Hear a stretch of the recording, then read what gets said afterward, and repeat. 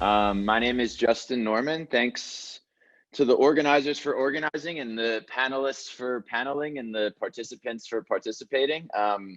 So I host a podcast and write a newsletter called The Flip, whose aim is to tell more and share more contextually relevant insights from the entrepreneurs and the practitioners doing the hard work across the continent. So I think that's why I've been invited here today to moderate this panel. So thanks again for having me, and thanks for joining. We've got 4 different entrepreneurs who interestingly are sort of working across different sectors that we'll talk about, all in the technology and tech-enabled and innovation space. So eager to chat it up with all of them. So I think before we get into any of the questions, we should do some introductions. So we'll do ladies first. So Tito, I see you're here as well. Welcome. So Tito and Meghan, do one of you want to go first and introduce yourself? Maybe just a little bit about who you are and the business that you're running and what you do, and the impact that you're creating in your respective sectors through your businesses. Great. Thank you so much. So I'll go first. My name is Tito, like has been said.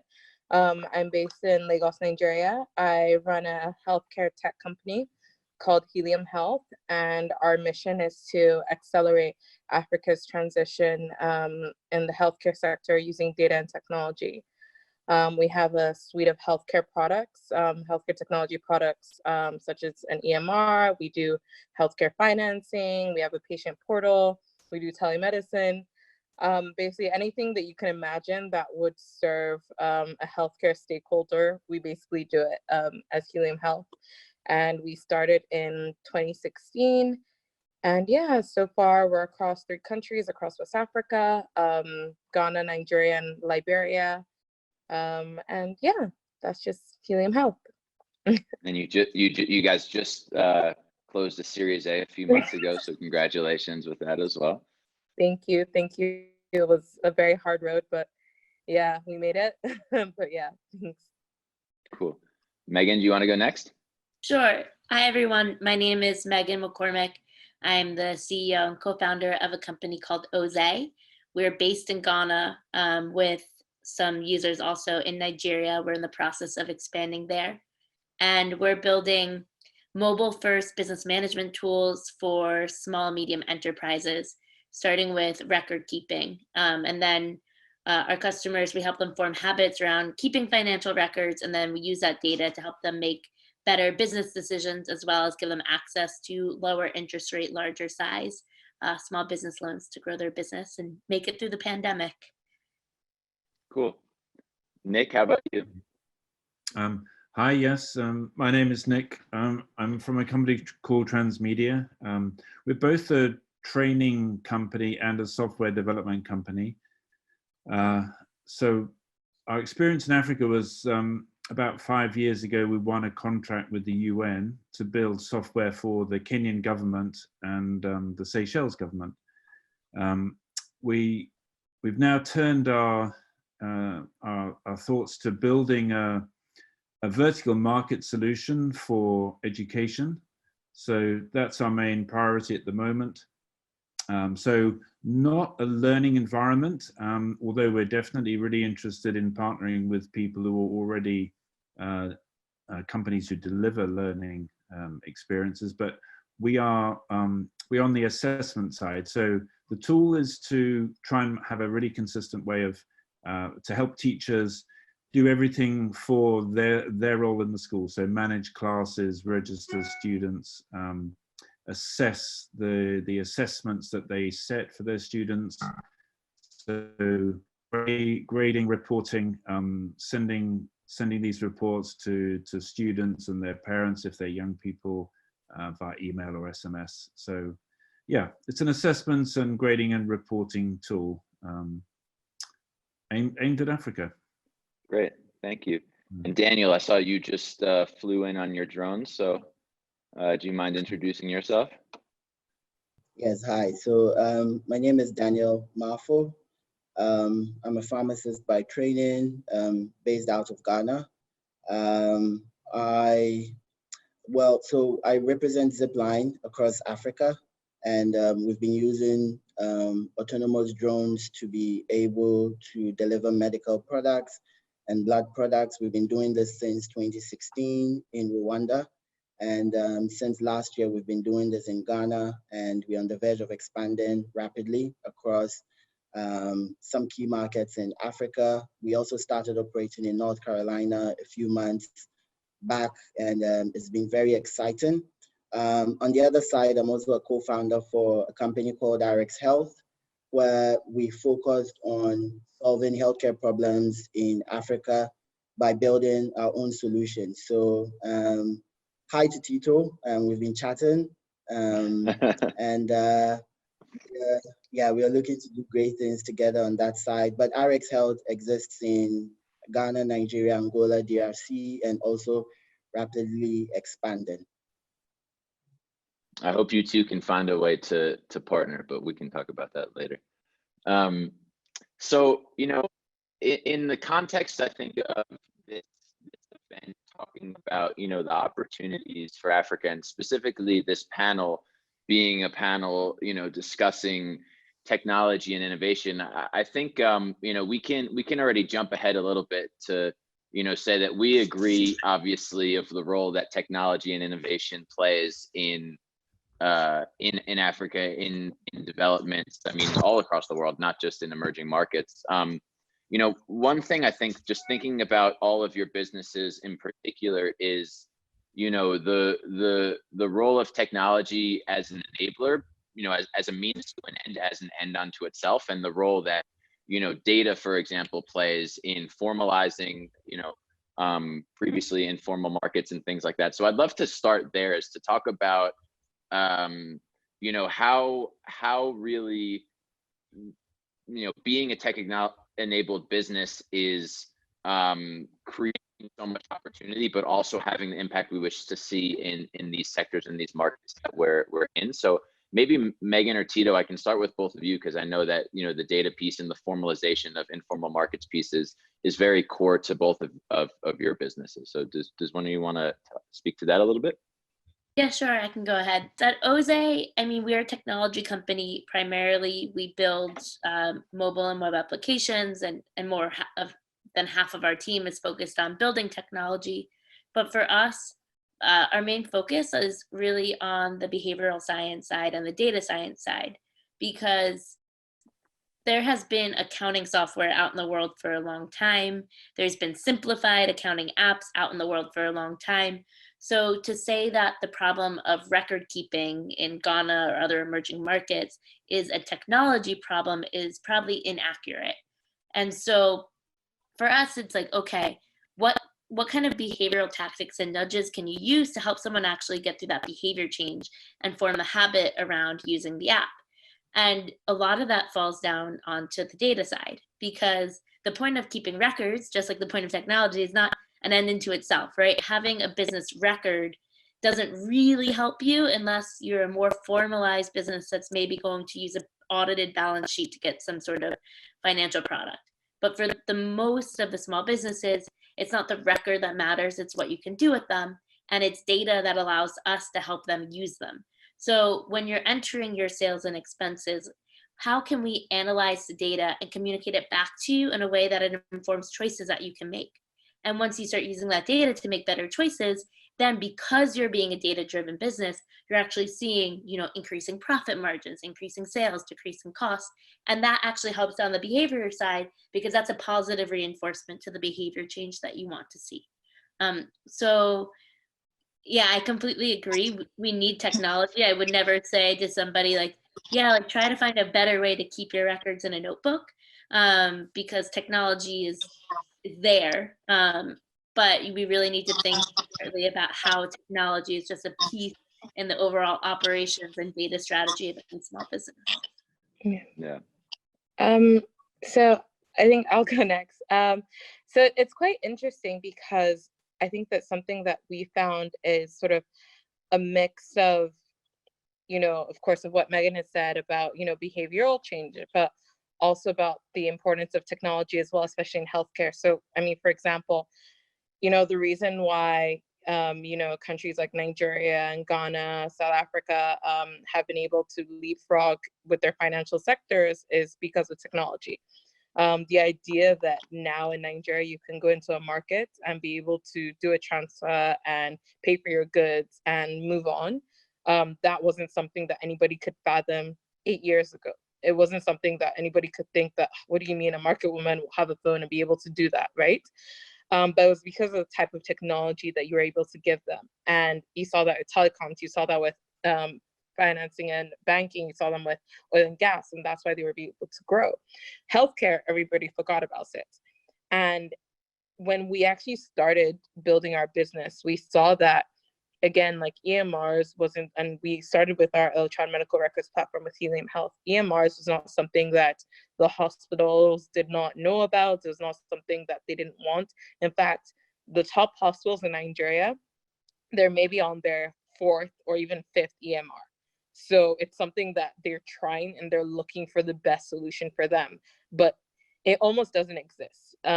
You know, it almost doesn't exist that there are solutions that are built for this market and built for their people and built with the understanding that we have lower computer literacy rates.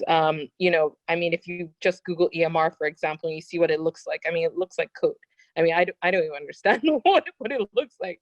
It takes like months to be able to train people to be able to adopt solutions like this. Again, they're a pain in the US and, you know, in Europe. Everyone hates EMR solutions. It doesn't matter how educated you are. And something we did was that, okay, how do we now create technology that is for us? So even though these people might never use a computer a day in their life, however, you know, guess what? They probably do have some form of social media. They use Facebook, they use WhatsApp. So how do you make a solution that has sort of, you know, social media feel? And that was our whole drive with, you know, Helium Health, that let's make everything bright and colorful. Let's make an amazing UI, UX. Let's make it literally as simple as possible. However, you're still getting the clinical experience that you need. And that's literally what drove us to be able to create this solution. And I think really helped us with, you know, getting like our early adopters, that it seemed like a super easy solution that, you know, I guess you could say even a monkey could use, right? But was, you know, very easy, and it literally did the work that you needed to do. So it is important. And then they then started seeing that, right, I'm getting the data I need, I'm getting the information I need.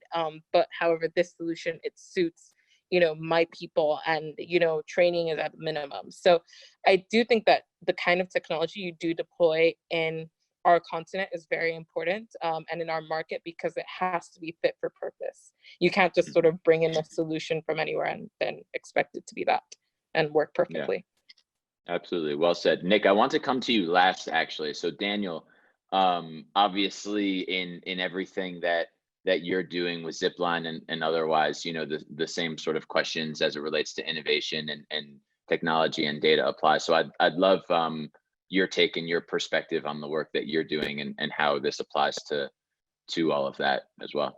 With Zipline, we're using drone supply chain challenges. That's an AFDB study recently showed that if you wanted to construct a 1 kilometer of road well done in Africa, it would cost you averagely about $230,000. And if you look at our communities that live in Africa, the vast majority live in rural areas. Huge land mass, underdeveloped, getting there is a nightmare. If we say we are going to spend time to be able to build high quality roads to reach every remote you know, village, it's going to take us decades. By the time you're done, you need to go back and, you know, do maintenance. And that is a never-ending struggle. Whilst all this is going on, the people in those areas will still need good healthcare. They will need to feel healthy and well to be able to go to their farms, to be able to generate money for themselves. And so when you look at what we are trying to do, we are not trying to solve today's problem using the conventional means of let's build a road, let's take decades to catch up. Why don't we just fly over all those challenges and get the products to them directly? And that is what we believe is one of the ways to give people good health so that they can stay healthy and be able to achieve key you know, global goals and targets like reducing maternal mortality, making sure children can live longer, being able to vaccinate every child who is born. And I think in that aspect, technology is at a level where it can actually leapfrog help us to leapfrog the challenges we have today in Africa. Definitely. And Nick, so what I wanted to ask you last was, obviously, as you're focused on education, you know, that's sort of a core infrastructural foundational element to really everything that we're discussing and all of these sorts of opportunities. And in particular, in applying, you know, technology and data and the like to how, you know, you're building something out and to the sort of fit for purpose solution that you seek to create. I'd love to get your perspective on how it applies, you know, in particular to the type of work that you're doing for the continent at present. Okay, sure. Well, given that the product is at its heart a reporting tool, you know, what we found when we were doing some research is that there's not really a lot of consistency in reporting. There are different governments have different ways that they want to receive this information. They don't always communicate it well to schools.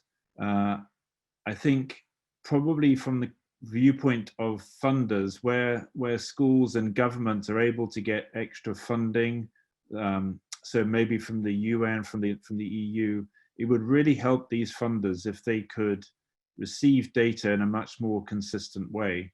So if they're trying to monitor how their money is being spent on, let's say, STEM education for the 13 to 15-year-old age group, just to pick something, I'm pretty sure that there's a huge disparity in how schools report to their own governments and therefore how governments report back to funders. So I would really hope, we still need to do some more research, and it can be quite tricky, I found, getting information out of governments and educational authorities about exactly how they want this reporting done, but we'll keep going until we do find it. But my hope is that if we can have a widespread use of our software, then we will get a lot more consistency in the way this is reported. I mean, we're also trying to just speed things up for teachers because, you know, teachers they have a tough job. You know, they do a really fantastic job, but it is quite tough. And, you know, what you can hear in our own country, the constant complaint of teachers that so much time is spent with administration. So I'm totally sure that that's going to be the case also in Africa, probably literally everywhere where a teacher has to run a class. So by providing a really simple, easy to use way of grading, and where we can get the average grades worked out automatically, and we can cater for lots of different grading schemes because not every school or university uses the same scheme. You have, you know, basic letters A to E for marking of students' work. You have enhanced versions of that, like A+, A minus, B+, B minus, that kind of thing. You may have straight percentages. So there's lots of things where we can apply a little algorithm. It doesn't have to be work of genius. It's quite straightforward just to do those number calculations in the background. And then the grading and the reporting becomes a lot more quick and easy. And writing comments as well about students. So we have what we call a comment bank that a school could ask its teachers to enhance, so that you have a bit more consistency of phrasing and measurement schemes to actually write your reports by. Yeah, absolutely. And I think that what's so interesting and a theme that cuts across all four of you and your businesses is then the second order effects of all of this, right? So we're talking a little bit right now just about the initial opportunities, but if we talk about Helium Health, for example, like the EMR, the EMR product, I know is sort of a means to an end then, for example, for you to launch credit on top, right? So you've launched a credit product. So as sort of the next step in the evolution then beyond in terms of what's being enabled thereafter, I mean, I'd love to get sort of a point of view or a perspective then on what the future looks like, even once sort of this you know, this infrastructural layer is built, you know, how much then can happen, you know, on top of that. Tito, so what do you think? So, I mean, literally perfectly. I mean, you went into it. Our credit product that will be on top of that. In fact, doing that with teaching hospitals that literally turn over, you know, tens of millions of dollars a year, and being able to put in our solution, finance that, you know, either ourselves or through other partners, and then collect a percentage through that. But what then gets even better is then the data you then get from that, right? Again, people that want to come in and want to possibly do, you know, drug trials and partner with universities, teaching hospitals, teaching universities here in Nigeria. Again, they have the data that they need, and they have sort of a quote unquote organized facility to go to, because there is some kind of solution that goes end to end, and they're able to get the data and the information that they need. Again, big pharmaceutical companies that actually want to provide drugs, you know, in Nigeria or other African countries that actually work for us, not just, okay, what's the most popular drug that's being bought, but getting the feedback about, okay, you know, what are the adversities that people might face to taking, I don't know, a certain brand paracetamol, and so on and so forth. So that way we begin to actually grow our healthcare system and actually ensure that, you know, the people that we want to actually come in and the drugs that are actually for us actually work in that way. But then even on the patient side, right, what happens, and another layer on top of the EMR is our personal health records app. So we have a very big problem, not even just in Nigeria, but in Africa in general, where everybody is we have a reactive healthcare system. I think that's the best way to put it. I always say that people would rather they would go to the pharmacist first. Then after the pharmacist, they'll go to their pastor or their imam. Then after their pastor, their imam, and literally when you're on your deathbed, that is when you go to the hospital, right? It's like almost last resort. So, you know, the whole point, and that whole point and that whole idea is that, you know what, people don't really think about healthcare first. And it even shows it even in the adoption of health insurance, right? In Nigeria, it's like at 3% or something like that. Again, because it's part of culture, right? Because the whole idea of health insurance is you're paying just in case you get ill. And our whole culture is that, God forbid, I will never get sick. Who are you trying to curse? And things like that, right? However, if you're regularly sending people updates about their healthcare, if you're telling them, oh, it's Breast Cancer Awareness Week, come for your screening, free screening. Oh, you know, are you over 40? Have you done your prostate screening? Things like that. If you're constantly sending people reminders, if people have access to their healthcare straight from their smartphone or from USSD and things like that, you're then changing behavior and changing society and making people more reactive about their healthcare. Because in, you know, the Western world, people always think, oh yeah, once a year I should go do an eye test or I should go to the dentist. We need to sort of ingrain that kind of behavior and that kind of culture in our healthcare systems. And it's only by people then wanting to go more and people paying more that we start dreaming about the healthcare systems that everybody else has around the world. But yeah, there's a lot we can do, and it's exciting. And Meghan, maybe I'll go to you next, because the sort of behavioral element, right? I mean, you spoke to that. It applies across a lot of different sectors and businesses, and you know, not to say that you can speak to, you know, like the healthcare behavioral elements, but I know then that especially in the SME sectors, obviously, you know, there's so much opportunity that can be built on top of, you know, there also just being, you know, a ledger of transactions or whatever it may be. So what's your perspective on that in your business and in the work that you're doing? Yeah, I think records are just like foundational, right? When Tito speaks about the healthcare system that she wants to see in Nigeria and across the continent, the electronic medical records, that's what enables it. And I think in our space, financial records for a small business is kind of like the same thing in the different industry. We're really excited about, like for us, behavioral science is just a tactic to get those records correct and complete. And then once we get them correct and complete, like what else does that enable? And I think part of it is if you can get them accurate enough, and you can look at a same business transaction from multiple angles, you can actually build trust around the fact that this transaction occurred. So I spend most of my time with micro and small business owners, but a good amount of time with bankers as well. And not to say anything negative about the people who I see as my clients, but the people who wear ties to work often have very low expectation in and trust for the people who don't wear ties to work. And so they talk about, you know, I can't give a small business owner a loan, Meghan. You would be so surprised. I go one day, I look at his factory, it's all set up, all of his workers are there. I give him the loan. 1 month later, he hasn't paid. I go back to that same spot. It's like a factory was never there.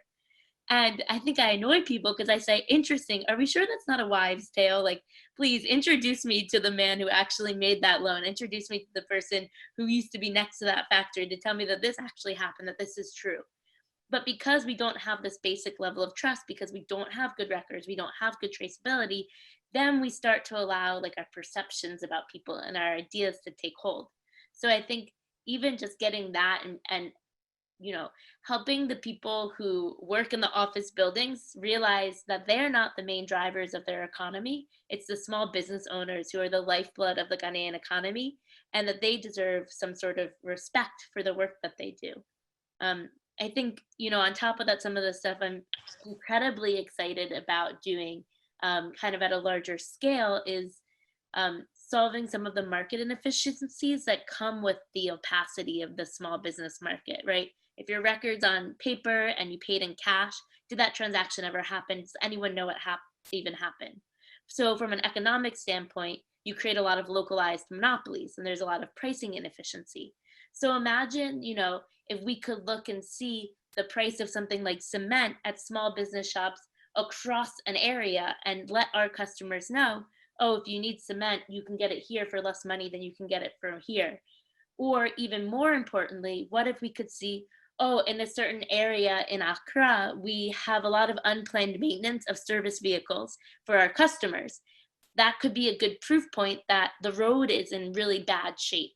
And we can go to the government and say, look, this is the economic impact on small business owners in your district because of the quality of this road.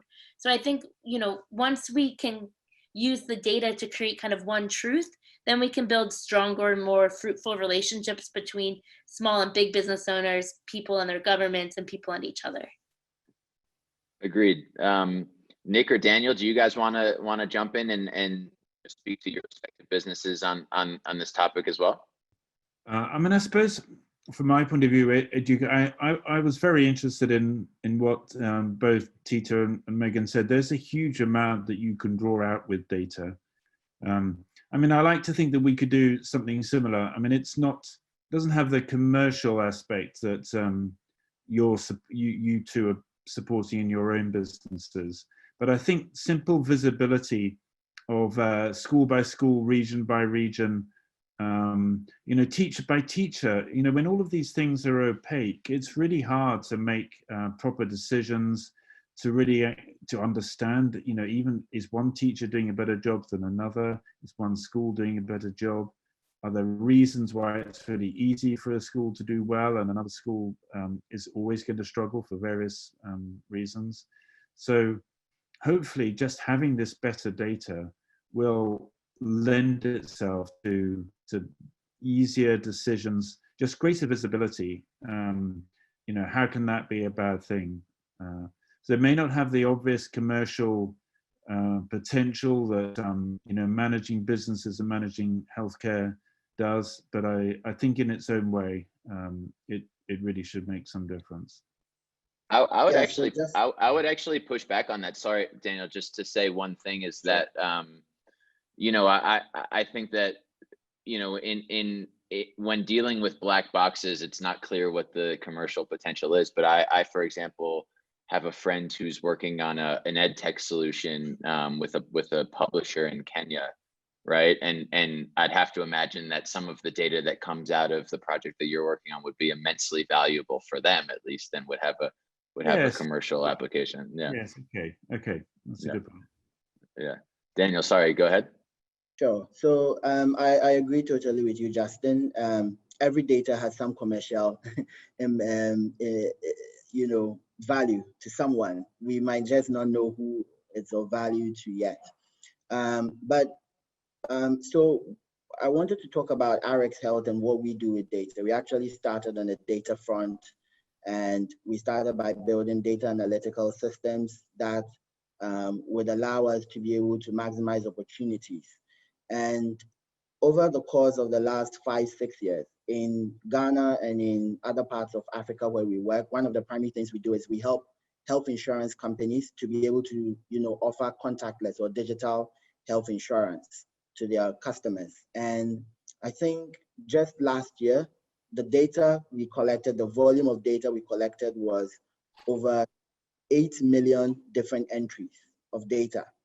And we had been collecting such data incrementally for years.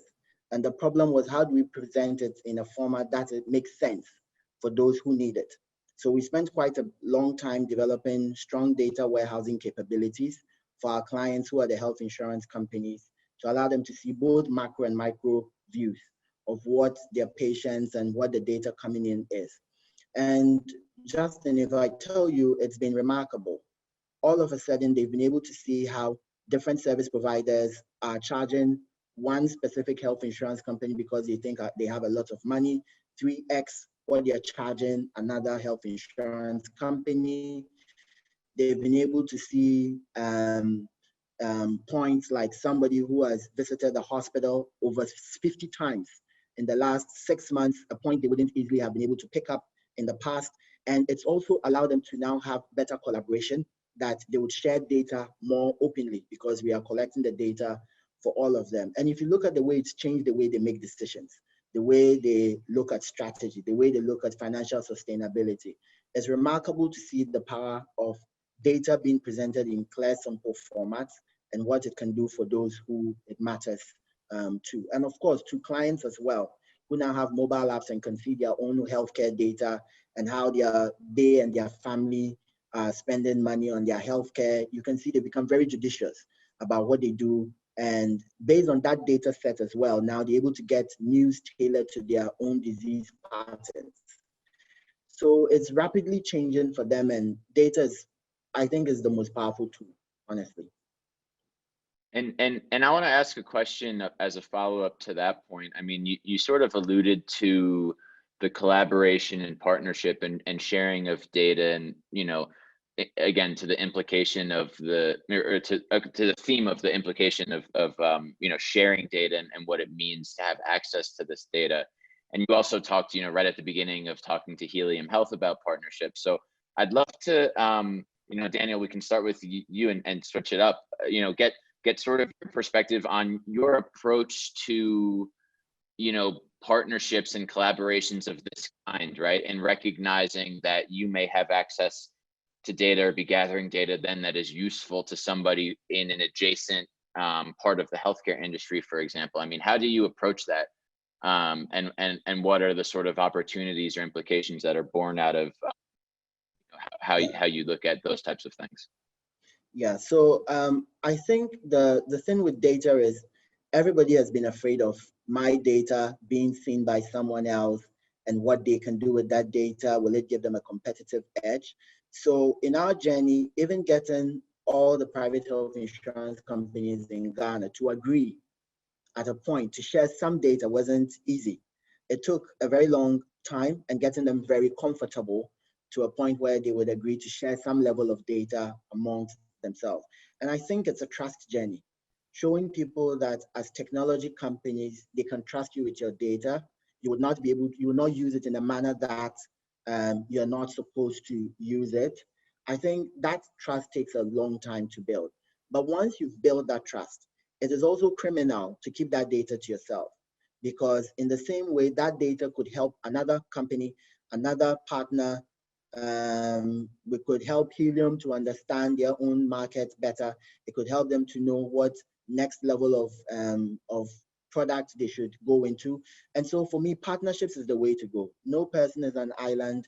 No company is an island. The more data you share, the better we all solve challenges for the betterment of the people. Because we shouldn't forget we are all working in this not necessarily for the money, but to ensure we improve the lives of everyone around us. So Tito, what do you think? Is Helium going to partner with Daniel? You're putting me on the spot. I think you should be asking Daniel if he wants to partner with Helium. Daniel, do you want to partner with Helium? Of course. But the whole conversation with data, I think literally our biggest expense is probably lawyers, right, at Helium, because just to make sure that we are doing everything in such a proper way, just to make sure that, if anyone didn't know, but on the black market, healthcare data is the most expensive in the world.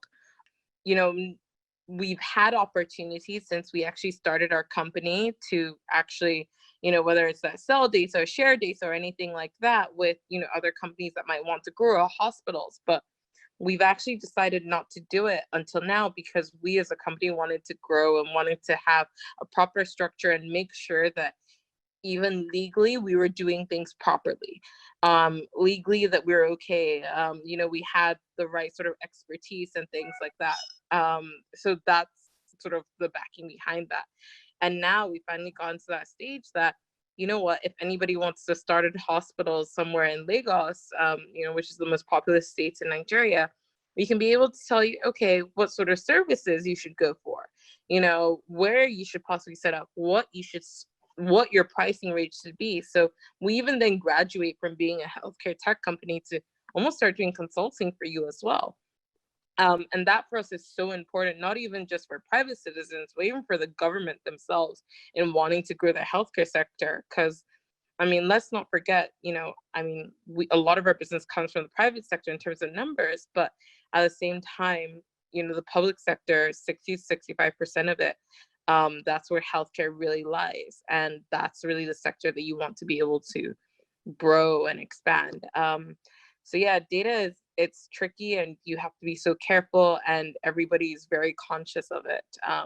But again, like Daniel said, it's very selfish to be able to keep it to yourself because especially in our markets, you need it to be able to grow and expand and get to those utopia, healthcare sectors that you want. Are you guided by regulation or are you operating in a bit of a sandbox? So yes and no, right? So Helium, we're a US registered company. So again, even though we don't have our operations in the US, we have to be guided by, HIPAA and things like that, again, just to be safe. And then whatever country we then go and expand to, we then have to make sure that, we're guided by their data and healthcare privacy laws. So Nigeria is just about trying and they're starting up, a lot of regulation. And I guess the beauty of us being one of the top companies in Nigeria doing what we do is that we're on a lot of committees about, data protection, healthcare privacy. And a lot of them have been like really protectionist. So like one of the states in Lagos, they're like, no, we don't want to share our data, like, we want it to be for us.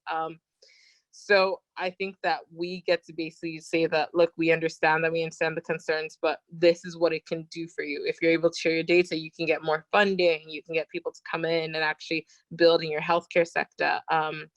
But they're just trying to enforce right now, but it's not something that is on the top of everybody's mind. Let's just say it like that. Yeah. Meghan, what about in your business? How does it apply? And maybe the questions around data privacy and regulation as well. Does that apply at all to the work that you're doing? Yeah, I think OZE exists to help small businesses grow, and we know that we can't do that in isolation, and that if we tried to do all of the services that small businesses needed, we would just fail at everything. And so we've definitely taken an ecosystem approach to building out the way we serve our customers.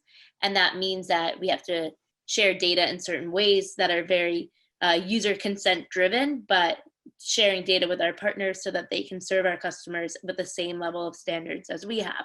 So I think, one good place, OZE has gotten into lending, but we don't lend off our own balance sheet. We enable financial institutions and other fintech companies to lend to our customers.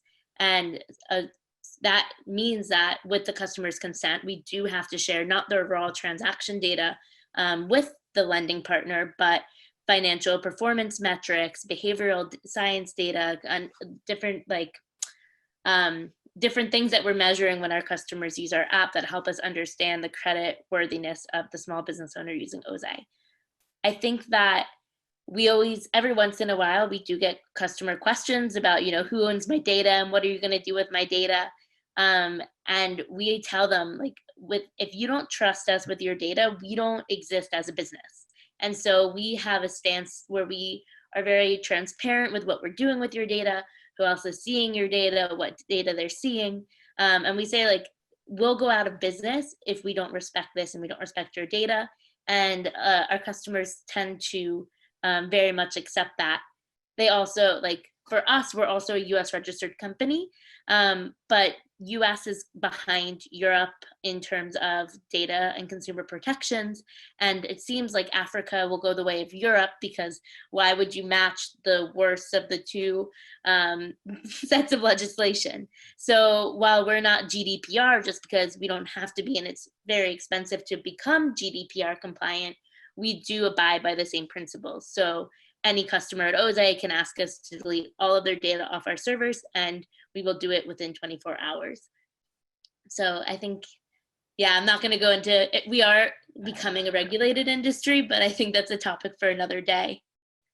Yeah, there's something to be said, though, just in particular from a permissions perspective of, like, everyone that we're in discussion about, or at least, you know, OZE's customers have opted in, right? So, you know, there's terms and conditions that no one reads, but there, you know, you have to, I wonder if there's, you know, some level of, yeah, tacit understanding of what it means to opt into a technology company, and often, you know, the opportunities that are provided by just, you know, utilization of a technology product. Yeah, and we're very upfront. Like, let's say you've let us know that you want to apply for a loan, and you've given us your loan application information, and we'll say, okay, we believe that this loan is best placed for financial institution X. Do you consent that we share XYZ data with financial institution X? But of course, you have to say, if you don't, then we can't give you the loan. So, I mean, there's both the explicit, you know, opt in, opt out, but there's also a power dynamic that, do you really have, if you really need this loan, and for a lot of our customers, we're their cheapest available source of financing, like, do they truly have the power to opt in or opt out? And so we just make sure, like, we don't do anything with our customers' data that we wouldn't want someone else doing with our data. Yeah, it's a very good point. So I want to switch gears in the short amount of time that we have left. I think another sort of interesting question in the context of technology and entrepreneurship is working in multiple markets. And obviously the considerations around how you do that, and cultural context and regulation and language and currency and all of these different challenges. I mean, we can have a hour-long conversation just about that, but, you know, I'd love to get maybe top line some point of views. And Nick, I know you mentioned at the beginning that you've worked in, you know, a couple of different African countries. So maybe we can start with you of sort of the nuances and considerations from your experience in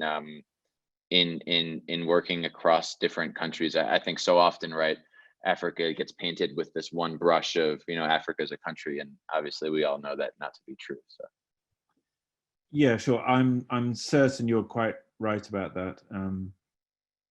There's no reason why the people, the education, the health system of one African country should be especially more similar to another than Belgium is to Spain.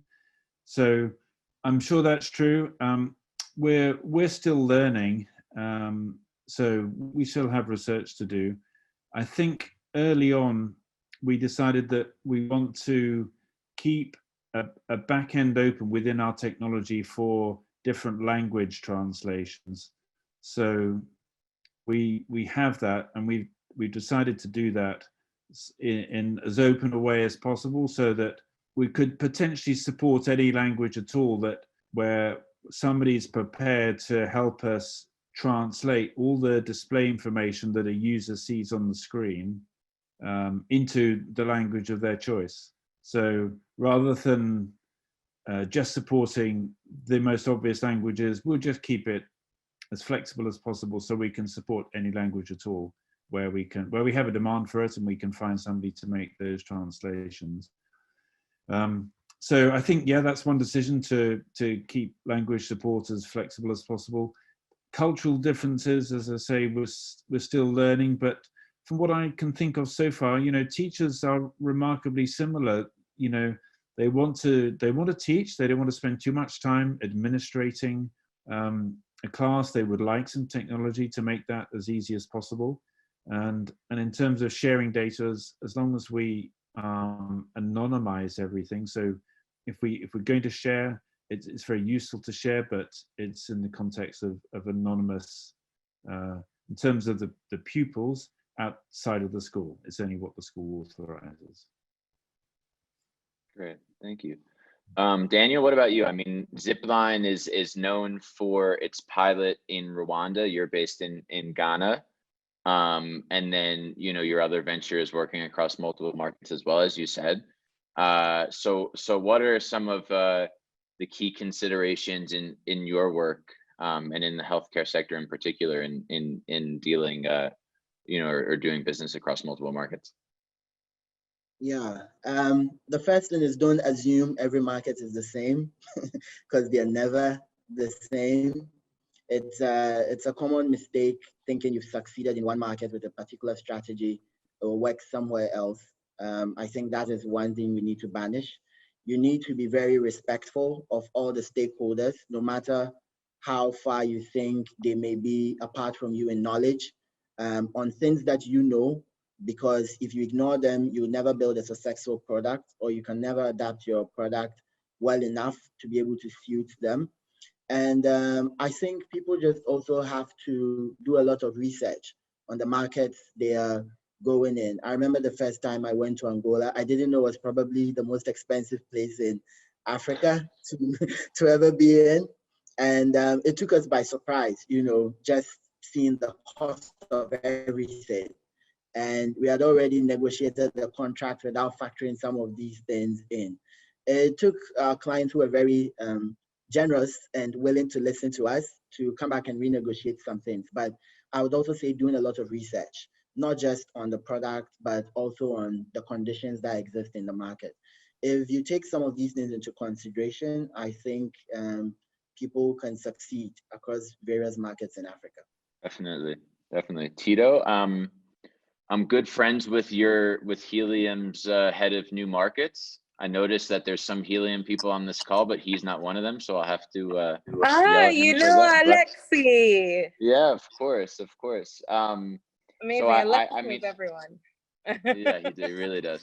So yeah, I mean, I personally at least know some of the considerations, or you know, and factors that Helium is looking into. You know, one thing that was really interesting that he said to me when talking about expansion markets for Helium also is that he said a market like Indonesia is actually very similar to Nigeria, right? And so there's then a separate question altogether, which is like, you know, I know personally that Helium is looking at other African markets, and you know, certainly the Pan-African narrative is a strong one, but you know, if Indonesia is so similar, does that mean that you may at some point, you know, put him on a plane and go figure out how to launch in Indonesia as well? You know, we get a lot of, I would say, hits or a lot of reach outs from other developing countries, from Latin America, from Southeast Asian countries. And I think that obviously our whole narrative has been around, you know, Pan-African expanding, but why not look at other developing countries? Again, if we can literally copy and paste and we can find great and amazing partners that we can expand with in those regions, why not? And I think for us, that's it. We would never sort of send Alexi on a plane on his own to say, okay, start from scratch and start building.